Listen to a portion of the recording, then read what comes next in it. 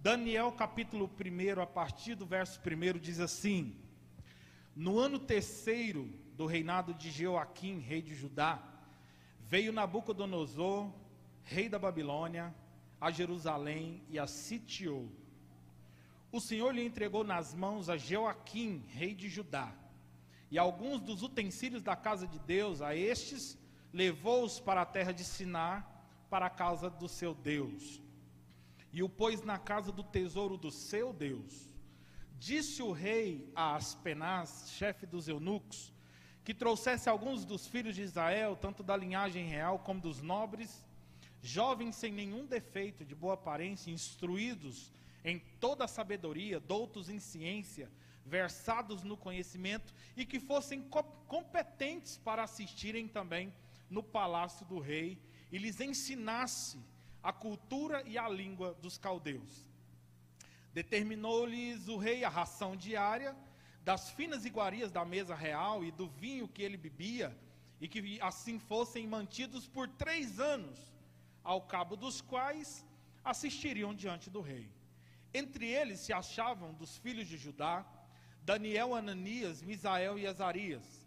O chefe dos eunucos lhes pôs outros nomes, a saber, a Daniel o de Beltesazar, a Ananias o de Sadraque, a Misael de Mesaque e a Azarias o de Abdenego. Resolveu Daniel firmemente não contaminar-se com as finas iguarias do rei, nem com o vinho que ele bebia. Então pediu ao chefe dos eunucos que lhe permitisse não contaminar-se. Ora, Deus concedeu a Daniel misericórdia e compreensão da parte do chefe dos eunucos. Amém, irmãos? Podeis sentar.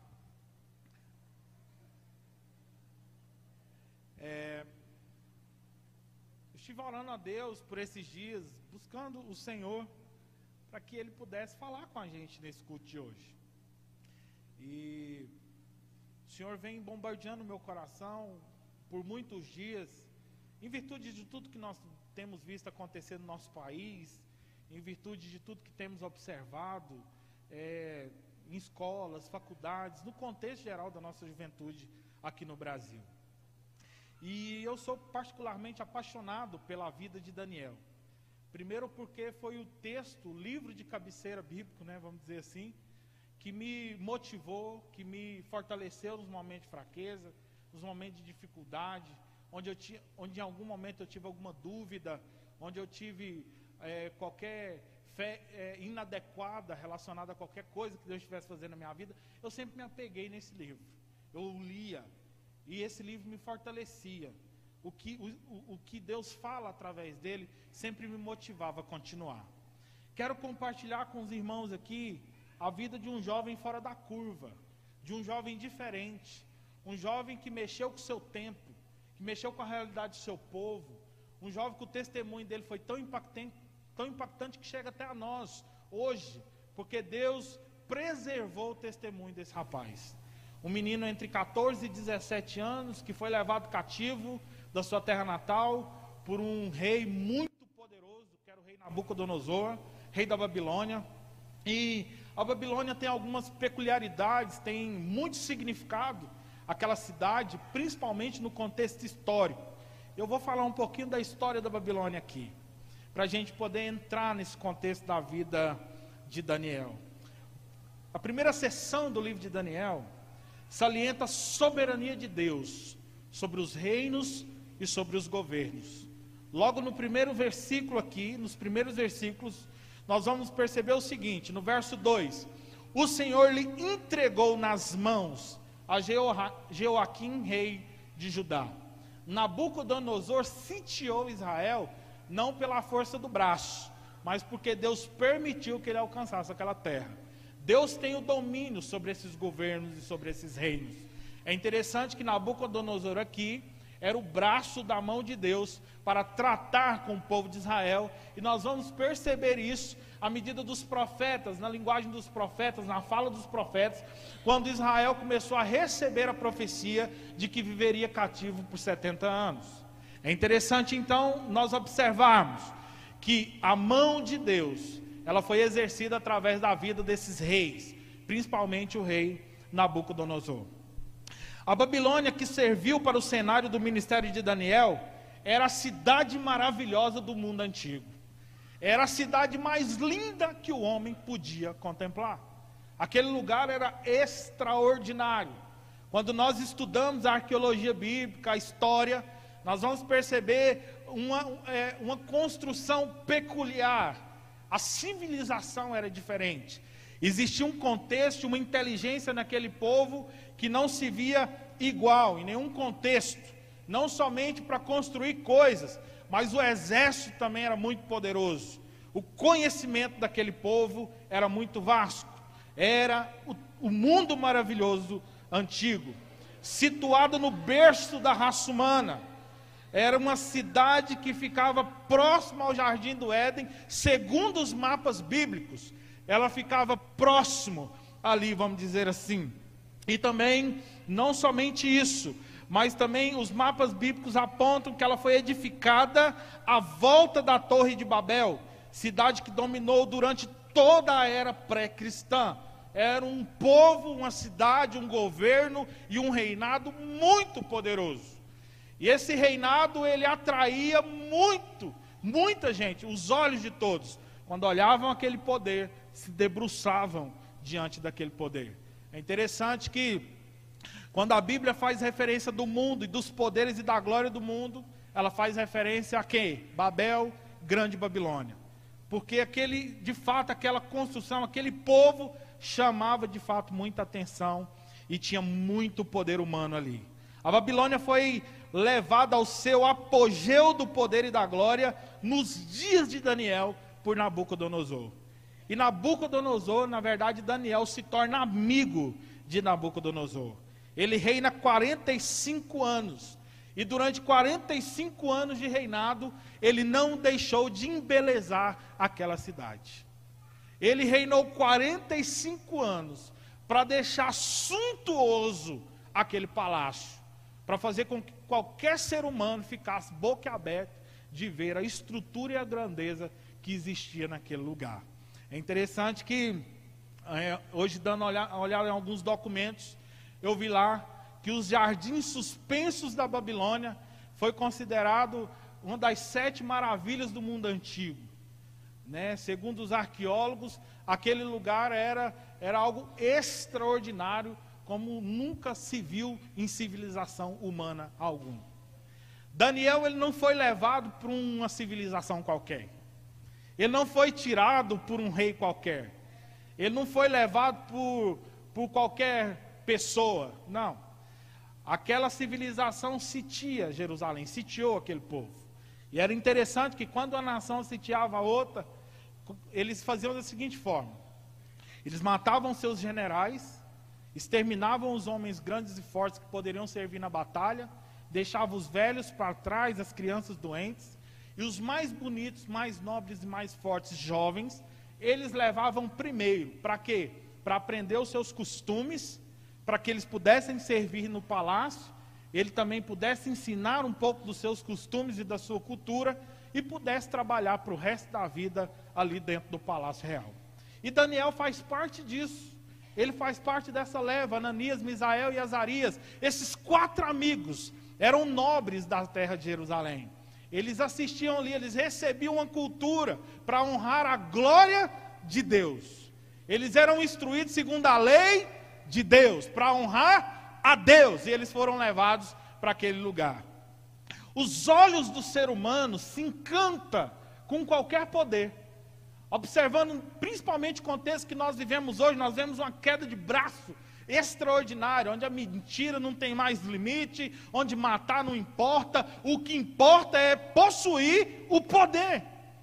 O homem busca muito isso, e nós vemos as guerras, os rumores de guerras, e tudo por causa do poder. O dinheiro dá esse poder, o petróleo dá esse poder, as lideranças dos governos do mundo dão certo poder, e o homem briga por eles. E principalmente quando eles estão lá, eles querem demonstrar a força desse poder.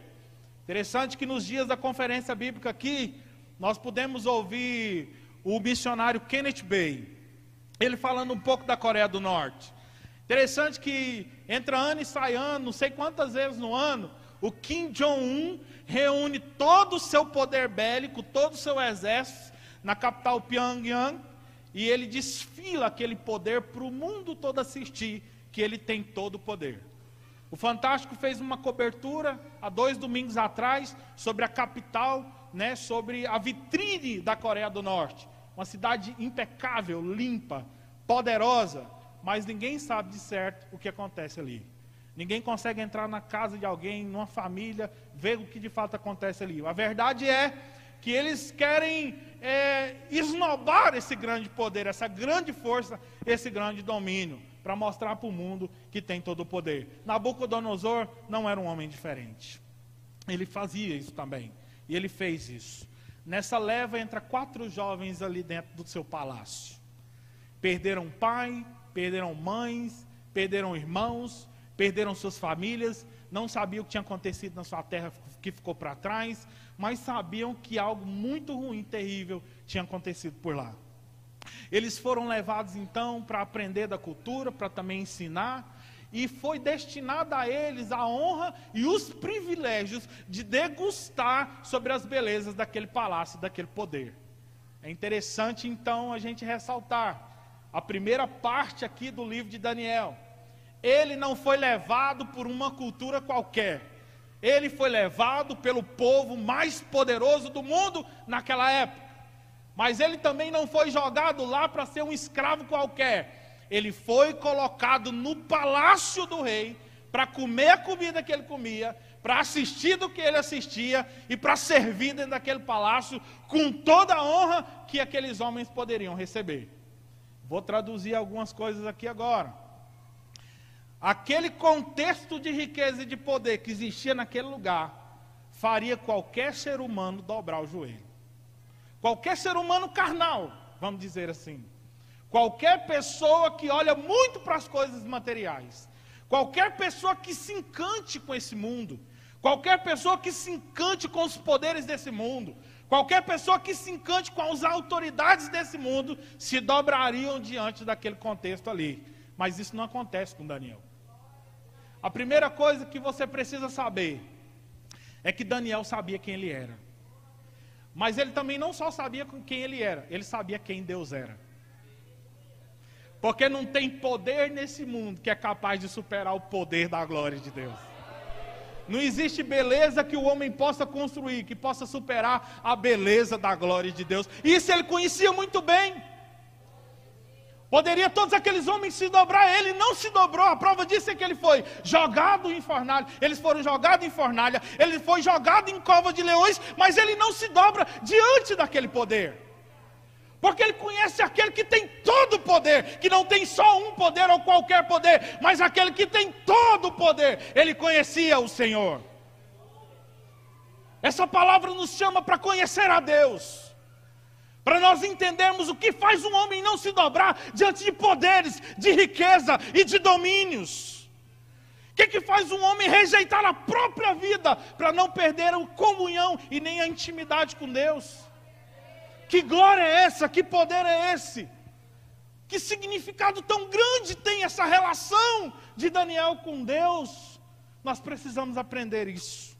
Nós precisamos fazer menção disso. Principalmente nos dias de hoje. Aquele povo era um povo politeísta. Eles acreditavam em muitos deuses. E é tão interessante que logo no início aqui da leitura, nós lemos aqui que alguns utensílios da casa de Deus foram levados para a terra de Sinar. Sinar é o outro nome que se dá à Babilônia. Para a casa do seu Deus.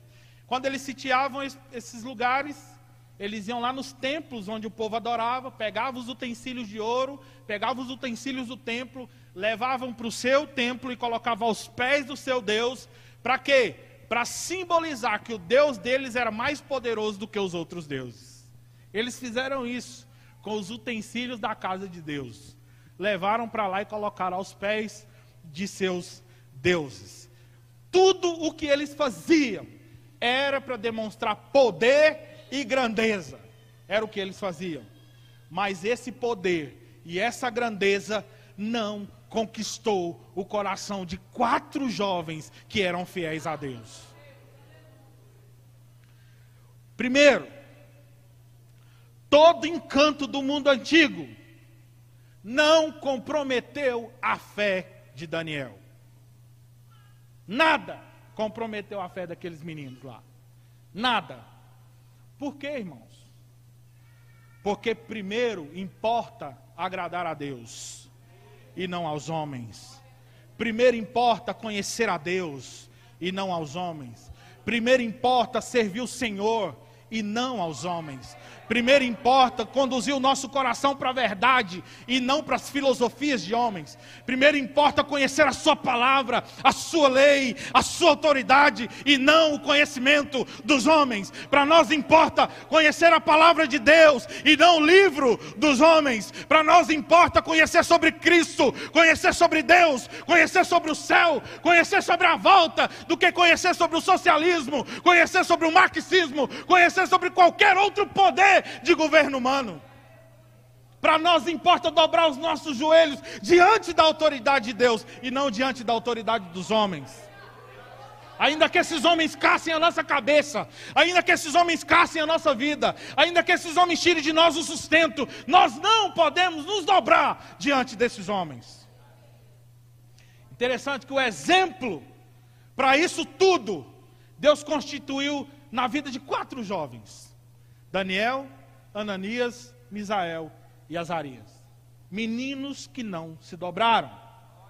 Toda a beleza daquele mundo exigia mais beleza para os seus cuidados. Toda a beleza daquele mundo antigo exigia homens bonitos e pessoas bonitas para cuidar daquela beleza lá. Não era colocada gente feia dentro do palácio, era colocado só os mais bonitos. Eram os mais belos. O texto diz: jovens sem nenhum defeito, sem mancha, sem cicatriz, sem mancha de nascença, nada. Pele impecável, pele perfeita, cabelo perfeito. E o texto diz: de boa aparência, agradáveis aos olhos, olhos verdes, olhos azuis, olhos castanhos, bem penteados, né, Ilbor? Tá ali, barba bonita, né, Ilbor?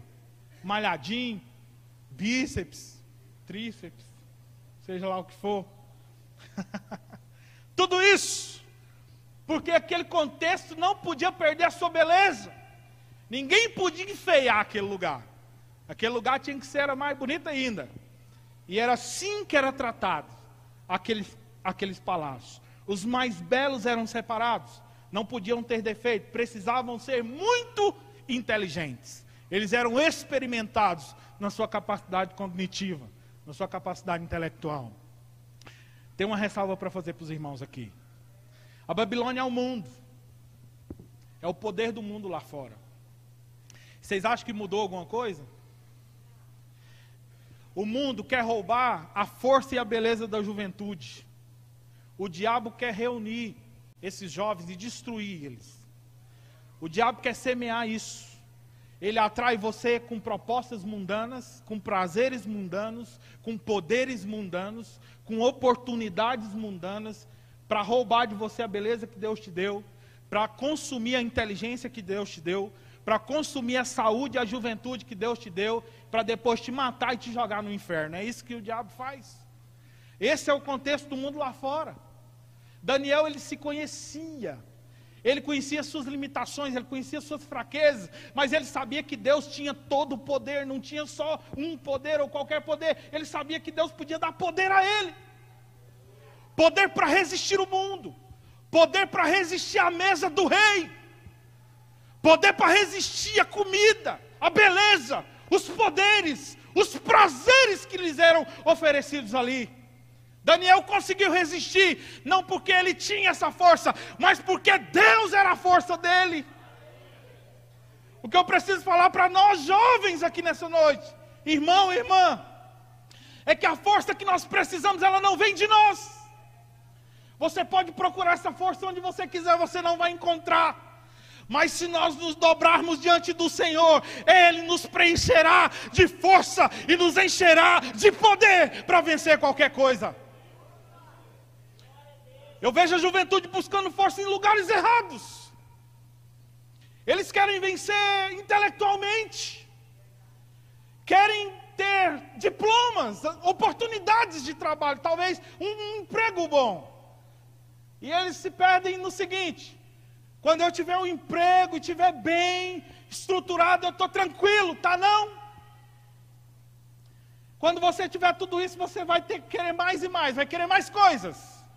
E você vai se perder ainda mais. Vai consumir o seu tempo. Vai consumir sua juventude, buscando um poço sem fundo para preencher um vazio dentro de você, que só Deus pode preencher. Esses dias, um tempo atrás, eu estava cuidando de uma juventude. E um rapaz me procurou, na verdade, em Cuiabá eu vivi essa experiência. E estava conversando com o pastor João Paulo Ramos, que era um dos pastores da igreja que eu trabalhava. E um jovem procurou ele e falou: pastor, eu vou entregar minha liderança. Ele falou: por quê? Porque eu não tenho tempo. Como que está o seu tempo? Eu estou estudando para fazer um concurso e estou fazendo faculdade. Quais os horários que se sobram? Esses e esses. E o que te falta para você organizar então suas reuniões nesses horários? Não, é porque nesses horários eu quero descansar. Quem te falou isso? Não, eu estou pensando. Deus te falou isso? Não, mas é porque eu não estou dando conta. Irmão, Deus te falou isso?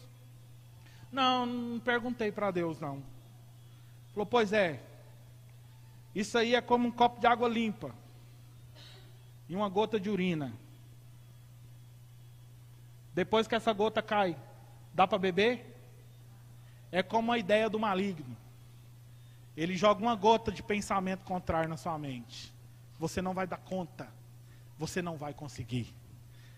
Só que esse poder, essa sabedoria para organizar o tempo, essa autoridade para vencer os desafios, essa força para ir lá e trabalhar e fazer para Deus, para a glória dele, não vem de você.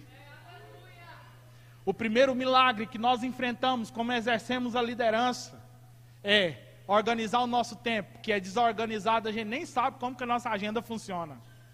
Quando eu paro lá em casa, a Ana Raquel está vivendo essa experiência comigo, ela fica: meu Deus do céu, como é que você vai fazer? Não sei. Aí tudo acontece. Ela já está ficando meio doida, sem saber o que fazer, irmão. Tem que conversar com o pastor Iracema, né? Faz parte. Porque nós somos muito exigidos. O primeiro milagre que eu sei que eu vivo na minha vida ministerial é que as coisas acontecem sem o meu controle, sem o meu poder, sem a minha inteligência, sem a minha capacidade, porque quem faz toda essa obra é o Senhor. Eu só me sinto privilegiado de Ele ter me escolhido para estar à frente, porque eu sei que por trás disso quem faz é Ele. A gente não faz nada. O mundo quer o que de melhor você tem. Ele lhe atrairá com beleza, com discursos bonitos, com discursos belos, empolgantes, com planos que parecem ser perfeitos, mas são caminhos de morte. Ele vai chegar suave, com sapato de lã e de algodão, travestido de paz e de verdade. Vai inculcar na sua mente que aquilo que você quer fazer é aquilo que tem que ser feito, e não é. Aquilo que tem que ser feito é a vontade de Deus na nossa vida. O versículo 4 diz assim: 4 jovens sem defeito algum, de boa aparência, instruídos em toda sabedoria, doutos em ciência, versados no conhecimento, e que fossem competentes para assistir no palácio do rei, e lhes ensinasse a cultura e a língua dos caldeus. Interessante esse texto, porque eles também não estavam ali para roubar a força, o trabalho, mas eles estavam ali também para roubar todo o conhecimento, toda a capacidade, cultura. No entanto, que os pergaminhos da Babilônia, coisas assim grandiosas e extraordinárias acerca da raça humana, nível de conhecimento. Eles eram aficionados em aprender. Eles queriam aprender tudo que lhe desse direito de aprender. Eles gostariam de fazer isso. Para quê? Porque o conhecimento gera poder. Primeira coisa que os governos fazem quando querem oprimir: eles roubam do povo o seu conhecimento. Eles introduzem o povo na ignorância, para dominar a massa, com influências filosóficas de domínio humano. Por que que a grande maioria desses governos ditatoriais no mundo persegue o Evangelho? Porque tem um versículo na Bíblia extraordinário, lá em Atos, onde os doutores e os letrados veem um cara pregar, e eles falam: quem é esse rapaz que prega com tanta autoridade assim? Porque ele é iletrado, ele não tem estudo, mas ele prega com tanta autoridade e conhecimento. Você sabe quem faz isso com o homem? O poder do Evangelho. O Evangelho te dá poder para sentar com o médico e conversar com ele.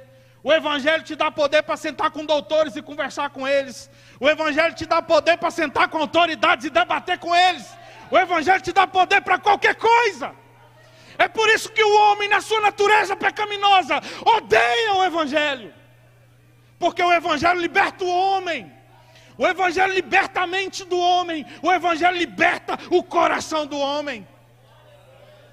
Eu quero convidar os irmãos, a juventude nessa noite, para se libertarem. Se libertem dessas propostas mundanas. Entreguem de uma vez por todas o seu coração a Deus. Entregue sua vida para Ele. Fala: Senhor, faça da minha vida aquilo que o Senhor quiser fazer. Se necessário for hoje entregar tudo, eu entregarei para a glória do Teu nome. Não tem beleza nesse mundo capaz de superar aquilo que Deus pode fazer na vida de um homem e de uma mulher que se comprometa com Ele. Versos 5 a 7, diz o seguinte: determinou-lhes o rei. Olha só, eu estou na introdução, viu, irmão? Eu vou começar a pregar a partir do verso 8. Vamos lá. O texto diz: determinou-lhes o rei a ração diária. Aí tem vamos colocar um parênteses aqui: das finas iguarias da mesa real e do vinho que ele bebia. Quem bebia? O rei. Irmãos, vamos lá. Quem gosta de Natal aqui? Tirando a uva passa do arroz. É bênção, não é, irmãos? Cordeiro, leitão, peru, ganso, periquito, galinha, não sei. É muita coisa. Costelinha de porco. O que mais, pastor? Maçã, melancia, pera, uva, farofinha, com uva passa. Arroz com uva passa. Leitão com uva passa.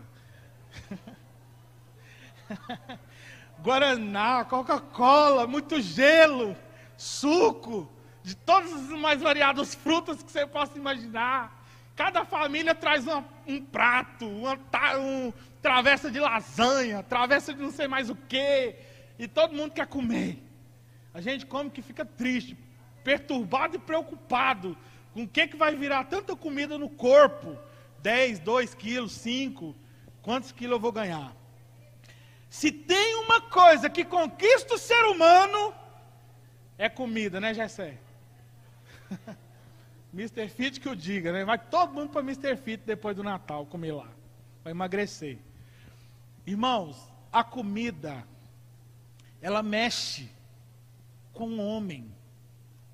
A beleza de uma mesa posta. Eu vou dar um exemplo, os irmãos, que nem tem muita comida assim. Mas quando a gente olha a mesa da ceia aqui, dá vontade de comer até o que não tem nela. Só porque ela é bonita. A gente fica imaginando um piruzão em cima dela, que aqueles arranjos de uva. Sei nem quem é as irmãs que montam, mas as irmãs estão de parabéns. Que eu nem gosto de fruta, mas quando eu vejo aquelas frutas, dá vontade de comer todas. Eu preciso até gostar mais de fruta. Mas aquela comida, essa beleza, essa imponência, essa fineza, atrai o homem. Você entra numa praça de alimentação de shopping, né? Você chega lá, é aquela luz croica, aquela luz embutida, igual essa daqui, ó, para as fotos ficarem bonitas. Aí tem um lugarzinho que tem sofazinho, tem lugarzinho que tem cadeira, tem lugarzinho que a mesa é redonda, tem outro que a mesa é quadrada, para atender todos os gostos. Ninguém espera mais do que 10 minutos. Quando passa disso, você vai lá reclamar. Oh, ainda não chamou o meu. Porque você se sente empoderado, você tem propriedade. Você tem autoridade ali, você está pagando para comer. A comida te dá esse poder. Mundo de redes sociais. Quando você senta com aquele sushi, todo mundo tira foto de sushi, sabe por quê? Porque é caro, irmão. Ninguém tira foto de farofa. Não. Quando tem sushi, por quê? Existe um discurso nisso. Eu sei que é engraçado, mas existe um discurso ali. Esse discurso é o seguinte: hoje você está podendo. Para mostrar para todo mundo que hoje você está para gastar e para comer. Aí tem 3 sushi lá, porque é o máximo que dá conta de pagar. Né? Só 3. Que é muito caro. E aí, o que ele faz? Ele vira o celular, as irmãs escolhem o lado, né? Vê qual é o lado, mas o ângulo tem que pegar o quê? A comida. A comida gera um dos maiores prazeres que o ser humano pode experimentar. O que foi colocado diante de Daniel aqui, não foi qualquer coisa. O que foi colocado diante dele aqui, não foi uma farofa, não foi um pão com mortandela. Foi finas iguarias, irmão. É caviar, lagosta, não sei nem que gosto que tem esse negócio. Mas eu sei que tinha esse trem lá. Muita coisa extraordinária. E o que eu penso é o seguinte: da onde veio tanta força para esse rapaz olhar aquilo e falar assim: se eu sentar ali, se eu aceitar esse prazer na minha vida, eu posso perder o prazer que eu tenho de adorar o Senhor. Se eu sentar nessa mesa e comer essa comida, beber esse vinho, ainda que talvez nem tenha sido oferecido a ídolos, mas foi oferecido. Ah, mas eu posso aqui agradecer a Deus, é essa comida que eu tenho para comer. Deus vai entender. Já ouvi gente falar isso. Vou dar só umas beliscadinhas de vez em quando, tá de boa. Não. Ele vai lá e determina isso dentro dele. Ele resolve, ele decide não permitir que essas propostas alcançassem o coração dele. Para quê, irmãos? Para nada? Porque o relacionamento de Daniel com Deus se tornou inegociável. Você sabe qual é o ponto que a juventude tem que chegar diante de Deus? Em que os prazeres do mundo, quando são ofertados a nós, se tornem inegociáveis. Quando a oportunidade que você tem de pecar bate na sua porta, a sua comunhão com Deus se torne inegociável. Quando a vontade de beber, de sair com seus amigos, de se prostituir, bater lá na sua porta, essa grande oportunidade, você tem que se lembrar que a sua relação com Deus é inegociável. Como nós lemos aqui, o Gleidson leu aqui antes. Meus amados irmãos, sede firmes e constantes, sempre abundante na obra do Senhor, sabendo que o vosso trabalho não é vão no Senhor, e não foi. Eu quero falar disso agora. Antes de falar disso, eu vou falar um ponto muito importante aqui. A beleza daquele império, depois eu volto nessa parte, é posta diante da mesa para Daniel, Ananias, Misael e Azarias. A fartura e a honra que o mundo compete foi colocada diante deles. Só que Daniel sabia quem ele era, vou repetir, e sabia quem Deus era. Pastor, por que você fala que Daniel sabia quem ele era? Porque Daniel sabia que ele era servo de Deus. Quando você senta com seus amigos na faculdade, você não é você. Você é servo de Deus. Quando você está lá no mundo trabalhando, lá no seu estudo, dentro da sua casa, com seus amigos na rua, no shopping, seja lá onde for, você não representa a sua vontade, mas a vontade de Deus. Era isso que Daniel sabia. Ele sabia para que ele estava ali, por que ele estava ali. E ele aceitou aquilo. Ele podia ter se revoltado com aquele país. Ele podia ter se revoltado com aquele governo. Ele podia ter chutado o balde, podia ter sido morto, procurado a morte para se livrar daquilo ali. Mas não, ele se tornou amigo do rei, sem desonrar a lei do Senhor. Ele encontrou uma brecha, um meio de não influenciar o seu coração contra a vontade soberana de Deus. Que meio foi esse? Se chama renúncia. A juventude precisa de renúncia. Renunciar a prazeres, oportunidades, portas que parecem ser lindas, mas são morte por trás delas. Dói demais. Arranca pedaço, às vezes arranca. Vale a pena? Vale toda a pena do mundo. A primeira coisa que aquele governo faz, quando são colocados diante da mesa do rei, é terem a sua identidade substituída por outro. Eles têm seus nomes trocados. Daniel significa Deus é meu juiz, mas passou a ser chamado Beltesazar, que significa Bel protege. Vou falar um pouquinho do significado do nome hebreu aqui. A língua hebraica, ela não comunica significado como a língua ocidental. Ela comunica uma imagem. Vou dar um exemplo para os irmãos aqui. O nosso nome ocidental, quando nós colocamos, a gente olha significado, né? Tá aí o Gessé na batalha, né, Gessé? Se fosse anotar todos os nomes que os irmãos falam, dava uns 300. Mas vamos lá. O pai e a mãe geralmente chegam lá e ficam, qual é o significado desse? Débora, abelha, né? Aí o pai vai lá e coloca, vamos pôr Débora Flor, que é lindo. Abelha, flor. Olha que nome bonito. Capa de CD. O ocidental coloca nome assim. O hebreu não. O hebraico comunica uma imagem. É o que se vê. Nasceu um irmão gêmeo, 2 irmãos gêmeos. Um veio com a mãozinha grudada no pé do outro.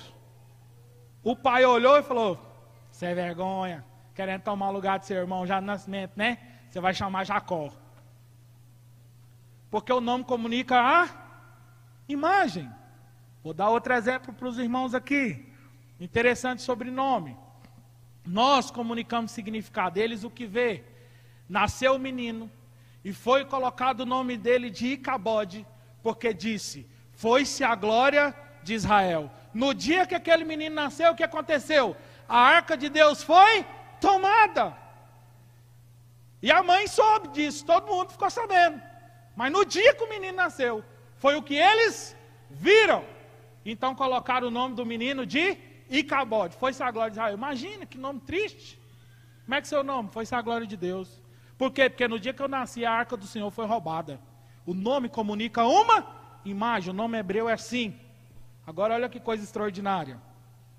O nome de Daniel significa Deus é meu juiz. Significa que quando aquele menino nasceu, Deus estava fazendo justiça. Interessante, né? Quando Daniel nasce, Deus estava fazendo o quê, irmãos? Justiça, por isso que ele colocado esse nome. Olha o nome dos outros. Ananias significa o Senhor é gracioso, mas teve o nome mudado para Sadraque, ordem de Acu, um dos deuses da Babilônia. Misael, que quer dizer quem é como o Senhor. Eu fico imaginando que os pais desses meninos contemplaram quando eles colocaram o nome desses meninos. Contemplaram o poder e a glória de Deus acontecendo na vida deles. E eles tiveram seu nome substituído. Jovens, olha cá, olha aqui. A primeira coisa que o diabo vai fazer é roubar a unção que Deus te deu. Se você negocia a sua relação com Deus, com as coisas do mundo, com aquilo que você está buscando na força do seu braço, o diabo vai tirar a sua identidade, ele vai comprometer a sua identidade. E eu vou falar uma coisa para os irmãos aqui. O que está acontecendo no Brasil, nada mais é do que o reflexo da perca da identidade cristã no meio da juventude. Eles não sabem em que acreditam ou no que acreditar. Eles acreditam em qualquer coisa. Eles não sabem quem são. Eles se dizem servos do Senhor e defendem coisas promíscuas. Eles não sabem mais separar o santo do profano, aquilo que é pecado e aquilo que é correto. Os olhos já não se assemelham mais, os olhos já não identificam mais, perderam a identidade, tiveram seus nomes substituídos. Olha o que está acontecendo no país. Você é crente? Sou. Então você tem que votar no PT. Porque o PT olha para as minorias, Jesus olhou para as minorias. Para mim o nome disso é Babilônia. É o único lugar que eu encontro na Bíblia que alguém tem que mudar o nome de alguém por causa de uma ideologia ou outra. Esse contexto não faz parte da minha vida. Porque a palavra do Senhor diz que o Senhor nos chama pelo nome. Chamei-te pelo teu nome. Tu és meu. Ninguém vai colocar nome em você. Nós que servimos o Senhor não teremos os nossos nomes substituídos por nada nesse mundo. Deus nos chamou pelo nome. Deus te chamou pelo nome. Te marcou. O texto diz que o nosso nome foi escrito no livro da vida. Não foi seu apelido. Não foi o que você acredita ou deixa de acreditar. Foi o seu nome. O nome daquele que foi lavado e remido pelo sangue de Jesus. É isso. Vamos caminhar. Daniel determinou em si mesmo não ser influenciado pelo mundo. Nós precisamos não ser influenciados, irmãos. Nós precisamos andar na simplicidade. Voltar para o que é simples. Resgatar a essência do Evangelho, a simplicidade do Evangelho. Interessante que ontem nós tivemos o sábado livre aqui. Feriado a gente já sabia que muita gente ia estar fora, mas mesmo assim nós realizamos. Veio poucos jovens, enchemos só essa aula aqui. Ficamos aqui, cantamos em a capela com violão, oramos, intercedemos por toda a juventude, cantamos, mas sentimos a presença de Deus no meio da simplicidade. A gente lembra tanta coisa, a gente lembra o início das coisas. A gente lembra daquela pureza de um tempo onde não existia tecnologia alguma e nós estávamos aqui debruçados na presença do Senhor. A gente começa a refletir sobre a importância de se viver o simples na presença de Deus. Num mundo de tantas mesas fartas que são nos apresentadas, nós nos perdemos muitas vezes negociando aquilo que Deus não quer que negociemos, para não perder a nossa relação e a nossa comunhão com Ele. Daniel, ele determinou algo muito forte no seu coração, para não perder o seu relacionamento e nem comprometer a sua vida com Deus. Daniel estende esse propósito aos seus amigos, olha só. Daniel, ele pede o seguinte, olha lá. Então disse Daniel, verso 11, então disse Daniel ao cozinheiro-chefe, a quem o chefe dos eunucos havia encarregado para cuidar de Daniel, Ananias, Misael e Azarias. Ele diz, experimenta, peço-te os teus servos 10 dias. Espera aí, Daniel faz um propósito singular. Ele faz um propósito, o texto é específico. Propôs firmemente Daniel em seu coração. Mas quando ele vai conversar com o chefe lá dos eunucos, que era o responsável pela comida, pelas finas iguarias, que foi determinado oferecer a eles, ele pede o quê? Os teus servos. Ele estende o propósito aos seus amigos. Esse propósito é estendido aos seus irmãos, compatriotas. Olha só, tem coisas que acontecem na igreja que eu não entendo. O pastor chega, um líder, seja quem for, e diz o seguinte: irmãos, aquilo ali não está certo, aquilo ali está errado. Nós não podemos seguir esse caminho. Vamos fazer um propósito de andar unido aqui. Ah, pastor, isso aí Deus falou com o senhor. Deus não falou isso comigo. Isso é muito individual. Beber é muito individual. A Bíblia não fala que beber é pecado. Tem nada a ver, eu bebo lá em casa, não tem nada a ver. Entendeu? É individual. Não, essa pregação aí do pastor já está chata, porque isso é muito individual. Isso é de cada um. Já ouvi isso. E dói. Você sabe por quê? Porque quando eu olho para esse texto aqui, não é bem isso que apresenta aqui não. Daniel, ele fala, eu não vou beber o vinho, não vou comer. Ele pede para entrar os amigos não sabiam não. Não sabia não. Nesse contexto aqui não sabia não.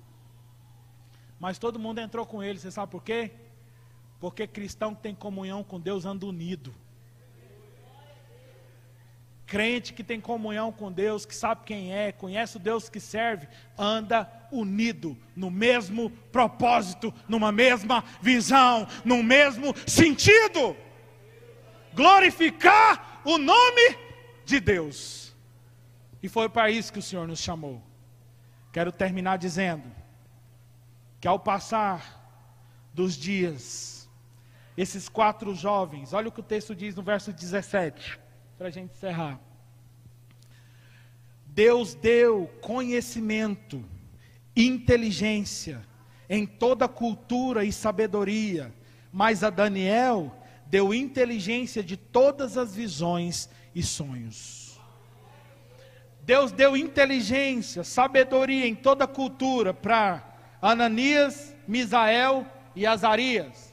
Para Daniel deu tudo isso, mas deu também dons espirituais. Vamos entender então, irmãos? Para aquele que propôs no coração o desafio, para aquele que renunciou, para aquele que decidiu, aquele que pagou o preço, aquele que sofreu o pensamento, a crise, o desespero, para resistir. Esse, além de Deus dar tudo o que ele precisava, Deus também deu dons espirituais. Deus não me dá dom, eu não entendo. Eu oro para falar em línguas, para ser batizado, eu vou em campanha, eu vou em vigília. Irmão, o segredo disso nem é tanta busca, até que você tem que buscar sim, mas aqui é renúncia, santificação, esse é o propósito. Conheço pessoas que santificaram a sua vida e orou 1 hora, foi batizado com o Espírito Santo. Quem santifica colhe mais dos frutos do Espírito. Quem santifica colhe mais da unção do Espírito. Quem santifica colhe mais da autoridade do Espírito. O Senhor nos chama para santificação. Santifica a igreja. Para não cair na conversa de homens maus, santifica. Porque quando o nosso coração está santificado em Deus, Deus revela para nós até a intenção do homem mau. Quando aquele homem vem conversar, ou aquela mulher, o Senhor revela no nosso interior, no nosso íntimo, que aquelas intenções são malignas. Quando nós estamos afinados no processo de santificação em Deus, Deus revela até o oculto que está escondido em pessoas, que por trás dela tem coisas malignas. Deus nos tira, Deus nos livra, Deus nos separa e não deixa que nada de ruim aconteça. Você quer ser inteligente, jovem? Quer passar em concurso? Quer ter estabilidade? Quer ter um bom emprego? Quer sustentar sua casa? É o sonho de todos os jovens, vamos dizer assim. Entrega o teu caminho ao Senhor, confia nele e o mais ele fará. Como Moisés levantou aquela serpente no deserto, e todos aqueles homens que foram picados por aquelas serpentes, quando olhavam para aquela serpente no deserto, eles eram curados. Assim o Senhor também nos chama, para você parar de olhar para as grandezas e para as glórias desse mundo, e começa agora a olhar para Cristo, e falar: Senhor, eu não quero enxergar outra beleza na minha vida, senão a Tua, que as coisas vão começar a mudar. Para a gente terminar, eu quero dizer o seguinte: na construção do templo, interessante que estava lendo um pouco hoje sobre a construção do templo de Salomão, e aquelas paredes e o cedro revestido de ouro no templo, e eles começaram a revestir a 1,5 metro do chão para cima, tomando o telhado. Quando você observa aquelas capelas, as capelas da Europa, aquelas capelas antigas, da Idade Média, da igreja antiga, você observa que as paredes são rústicas, elas não têm beleza alguma, e eles colocaram toda a beleza daquele templo no teto. Nós temos lá aquela capela que tem aquele desenho famoso do Michelangelo, que desenhou o céu ali, e muitas outras que têm desenhos assim, extraordinários ali no céu. E interessante que as pessoas chegam naqueles templos, elas são forçadas a olhar para cima. Elas mal contemplam o que está embaixo, elas se encantam com a beleza que está em cima. Isso é de propósito. Isso foi construído dessa forma para falar conosco, tem um discurso isso. Quando nós vivemos para o Senhor, nós não olhamos para as coisas terrenas, nós não olhamos para as mesas fartas e nem para essas oportunidades.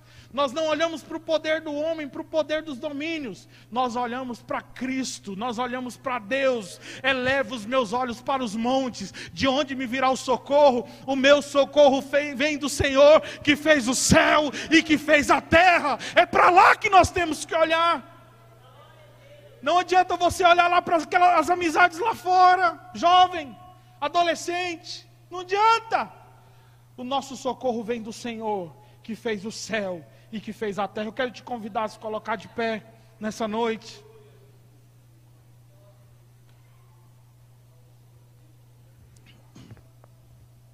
O que mudou a vida de Daniel não foi a autoridade que Deus deu a ele somente, mas foi a fidelidade que ele construiu para com Deus. Deus nos chama para a fidelidade, para termos um relacionamento fiel com Ele, onde nada pode roubar e nem negociar esse tempo precioso que temos para oferecer ao Senhor. Há um tempo inegociável, há um tempo que nós não podemos negociar com coisa alguma. Lá em casa eu tenho um tempo, eu entro, fecho a porta, me reúno ali com os livros, com a Bíblia, vou orar, vou ler de manhã. Quando abre a porta, eu já fico chateado. Fico chateado mesmo, estou nem aí. A Ana já abre assim, só um minutinho, amor, só vou pegar um negócio aqui. Que eu já olho assim, eu não negocio esse tempo com nada nesse mundo. Pode acontecer o que for, meu telefone está desligado, a internet está desligada, não adianta, esse tempo é de Deus, é para Ele. E eu acho que eu dou tão pouco, que às vezes quando eu ajoelho lá para orar, eu fico assim, Senhor, me perdoa, eu só tenho 20 minutos para te dar hoje, e eu ainda estou corrido, agora eu tenho que sair para resolver alguma coisa, me perdoa, eu quero tanto dar mais. E aí na hora que eu abro a Bíblia, Deus começa a falar comigo, eu não quero sair. Aí eu fico olhando para o relógio, começa a me dar aflição, falo, meu Deus do céu. Aí o que eu faço? Eu tenho que sair, eu tenho que honrar o compromisso. Aí eu entro no carro. Aí quem entra no carro vai ouvindo eu pregar até onde eu tenho que ir. Porque aí eu fico, sabe o quê? Remoendo aquilo que eu estava lendo. E naquele momento Deus fala comigo, eu viajei com o Gleides para o Piauí, né, Gleides? Coitado do Gleides, irmão. 12 horas comigo dentro do carro pregando. E foi. E a gente foi. E a gente voltou. Falando das coisas do Senhor. Falando daquilo que é bom. Daquilo que dá prazer verdadeiramente. Você sabe que a juventude está perdendo esse prazer, irmãos. Para nada. Para nada. Eu quero desafiar em nome de Jesus você. Orar comigo nessa noite e pedir para o Senhor, Senhor, me dá de volta a alegria da tua salvação.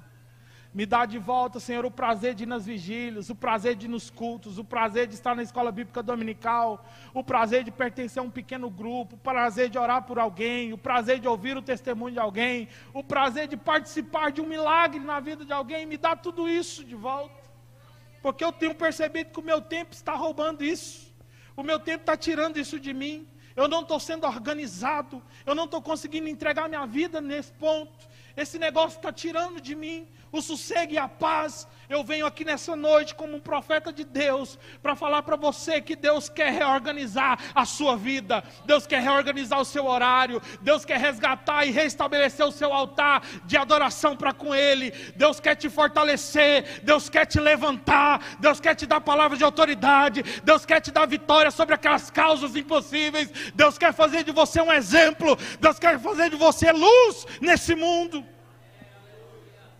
Eu quero orar com você agora. Você que foi incomodado por essa mensagem. Você que teve seu coração abatido por ela. Fique tranquilo, que Deus abate para te levantar. Antes de você se abater, eu fui abatido por essa mesma mensagem. Eu quero orar por você nessa noite. Se tem alguém aqui nessa noite que quer fazer um compromisso com Deus verdadeiro, entregar a sua vida, falar, a partir de hoje eu vou ser um crente, eu quero fazer da minha vida um exemplo de servidão, de testemunho para a glória de Deus, vem aqui na frente que eu quero orar por você. Se tem alguém que quer entregar a sua vida para Jesus hoje, e viver uma novidade de vida, eu te convido a vir aqui. Nós vamos orar por você. Deus vai mudar a sua história, como mudou a minha. Você cristão, você que entendeu essa mensagem, precisa se fortalecer no Senhor, no Espírito. Tem sentido frágil, pequeno, diante dos seus problemas. Não tem conseguido resistir, muitas vezes, essas mesas que são colocadas. Seja a mesa do tempo, da falta, seja ela o cansaço. Eu quero orar por você. Deus vai te renovar nessa noite em nome de Jesus. Vem aqui na frente que eu quero orar por você. Você jovem, você irmão, irmã, que quer renovar o seu espírito nessa noite. Essa palavra é para você. Eu quero orar por você.